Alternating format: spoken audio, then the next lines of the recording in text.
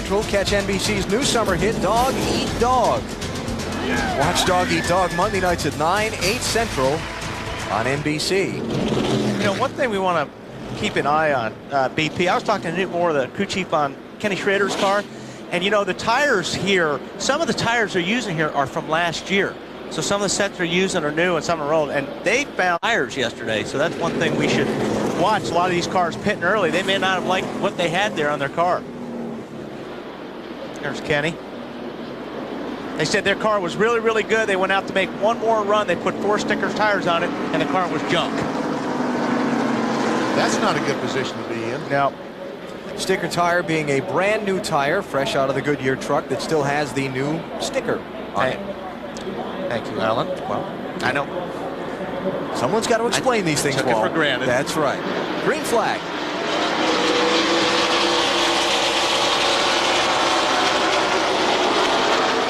Ward Burton had pulled up to the inside of leader Ryan Newman, but he has to go to the tail end of the line for this restart because he came down pit road before it was open.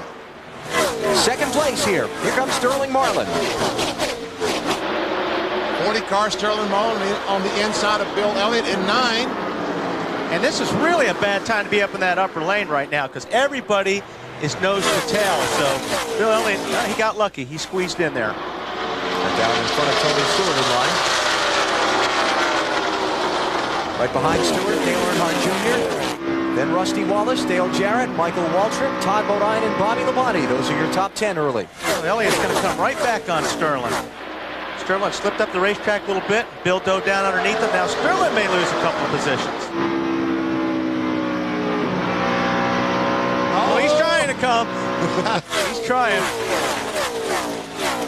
Was not successful. See, Tony didn't let him in. Tony believe that. Junior goes by. And Rusty Wallace through 2. So Sterling Marlin shuffled quickly back to 6th place from 2nd. On board with Tony Stewart, looking out the back bumper at Dale Earnhardt Jr. You know, it's so early in the race, there's no need, especially with the championship lead, there's no need for Sterling to press that issue. Let's check out the miles per hour down the front straight. It's going to be a little bit faster down the front. Down the back, 187, 8, 9, 190, what? 194 miles per hour. About 8,800 plus RPMs going into turn 1 there. Notice the back straight is not straight here at Chicagoland. Kind of a continuing arc all the way around. One of the unique features about this speedway compared to most other tracks on the circuit. And he was almost as fast down the back straightaway, 193 miles per hour.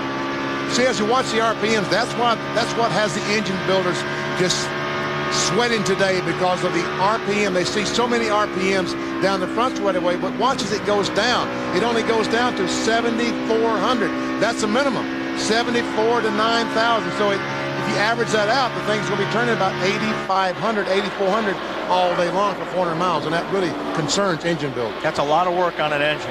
Big news for this 20 team this morning, and Bobby Labonte, his teammate, Joe Gibbs Racing, going to switch to Chevrolets for next year from these Pontiacs. In fact, that may happen as soon as a couple of weeks from now. They're taking to an Indianapolis Motor Speedway test tomorrow and Tuesday for the Brickyard 400.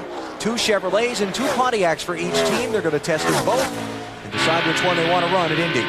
Well, that's a big load of Pontiac. That's their team. Pontiac's reaction to that in the press conference they held here this morning was that they were talking to several teams about switching to Pontiac for next year, had been approached by several teams. They would be here, and they felt strong, confident that they'd have a very strong lineup for the excitement brand. There's Bobby Labonte. And Bobby running right now back in 12th spot. He's lost 2 positions in the last couple of laps to Elliott Sadler and Joe Nemechek. Ryan Newman out in front early in the Tropicana 400 at Chicagoland. Welcome back to the Chicagoland Speedway. We are under caution after 17 laps for debris on the track. The drive shaft from Ward Burton's car lying near the entrance to pit road. Right now here on pit road, a scramble. Some teams thinking about pitting, some are going to stay out. We'll have to see what happens down here. Meanwhile, let's go up to the booth and find out what happened out there. All right, Bill, let's go inside our Roush Team Caliber 360 car. Hang on, BP. Let's cover these pit Okay. stops first. Good. A lot more guys pitting than we thought were going to happen on these pit stops. Dave Burns? Well, Matt Kenseth there's one car that decided to stay out. Jimmy Spencer is going to stay back here and change 4 tires and head back out in the target Dodge at this point for Spencer. Running down in the pack, but he's got a chance to come back, guys. It's still a long race. I didn't think we'd see that many guys pit under this caution. Matt? Well, the 36 car is still in, Alan. Kenny Schrader reporting the car was a little wobbly on entry. Tight up off the corner, they pulled a half a rubber out of the right rear, but it was a very close call trying to get to his pit stall with the 6 and another car. He had to stop and wait for the 6 to leave before he could pull in. 19th place on down were the guys that stopped. Mr. Parsons, you were saying? Okay, let's go inside once again our Roush Team Caliber 360 car and show you what we're talking about by the drive shaft. This is it. It goes from the transmission, engine, transmission, drive shaft, back to the rear gear. The axles in here go out to the tires, and that's what turns it. This is what broke on the 22 car, the drive shaft. And BP, do you think maybe that spin had anything to do with maybe twisting that drive shaft? It could have. It very well could have. So Ward Burton's got problems, and the Daytona 500 winners' dreadful season to this point since that victory continues. Looked to me like the first one that stopped was the 19th place car. And from then on back were the guys who came down pit road there. Most of the front runners stayed out. And I think that, you know, that's a good move on those guys' part. Obviously, Matt Kenseth it was a great move because everybody followed him in the pit. So now he's got fresh tires and a full load of gas, and all these cars in front of him are going to have to pit, or they're on older tires. So it's going to be interesting to see, BP, if these guys can cut through the field on new tires like what we saw yesterday. Tires made a big difference. Bill? Yeah, Alan, a lot of guys down here already thinking gas mileage strategy as well, because there's a possibility, and just the possibility, that this thing could go long green. So that's why some guys stop. Mark Martin is second in points. His car was very loose at the beginning of the race. He came down pit road, but just cleaned the grill and got fuel because his car seems to get better the longer they run. So watch for that. Mark Martin second in points, but restarts near the rear of the field.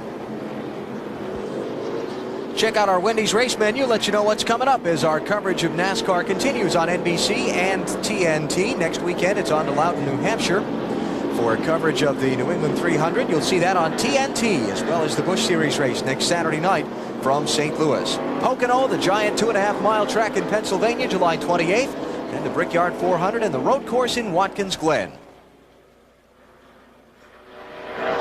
Pace cars off, set to go back racing. Ryan Newman out in front. It's Bill Elliott, Tony Stewart, Dale Earnhardt Jr., and Rusty Wallace, the top 5. And one reason that these teams would choose to pit now this early on is they are now in a fuel window.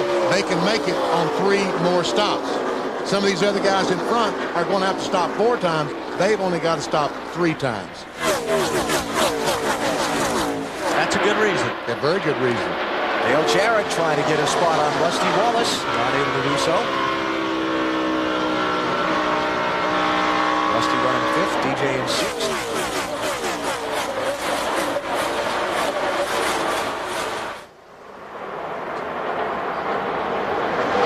The best 2 cars in yesterday's practice, Ryan Newman and Dale Earnhardt Jr. They had the fastest laps. A lot of folks thought that Dale Jr. was going to be tough to beat today, that I talked to down in the garage this morning. Yeah, that was the consensus of the folks I talked to. The 8 car Junior would be the car to beat.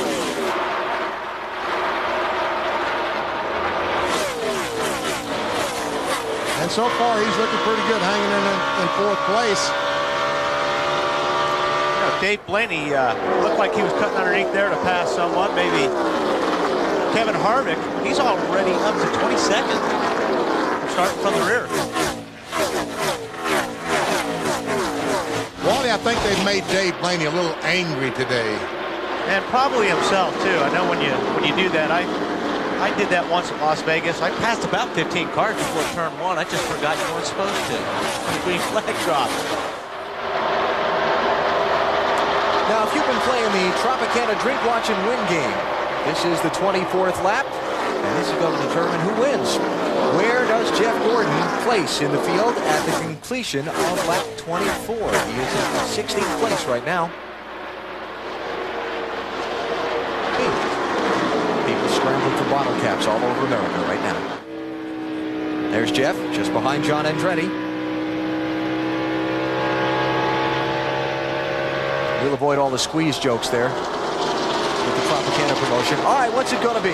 The winning position for Jeff Gordon in the Drink, Watch, and Win. 16th place. If you had Jeff Gordon in 16th after lap 24, you are a winner from Tropicana. And you're going to be so mad if he passes someone in one lap and you had 15 on your card. Yeah. All right, so Jeff Gordon running 16th now, 5th place in the championship. Jeff's car looks like it gets into the corner really, really good. Looks like it gets a pretty good run off the corner. It's Robbie Gordon leading that group. Richard Childress, 31. Right up on the back of the 43 car. Ryan Newman is the leader in the Tropicana 400 from Chicagoland. You're watching NASCAR on NBC.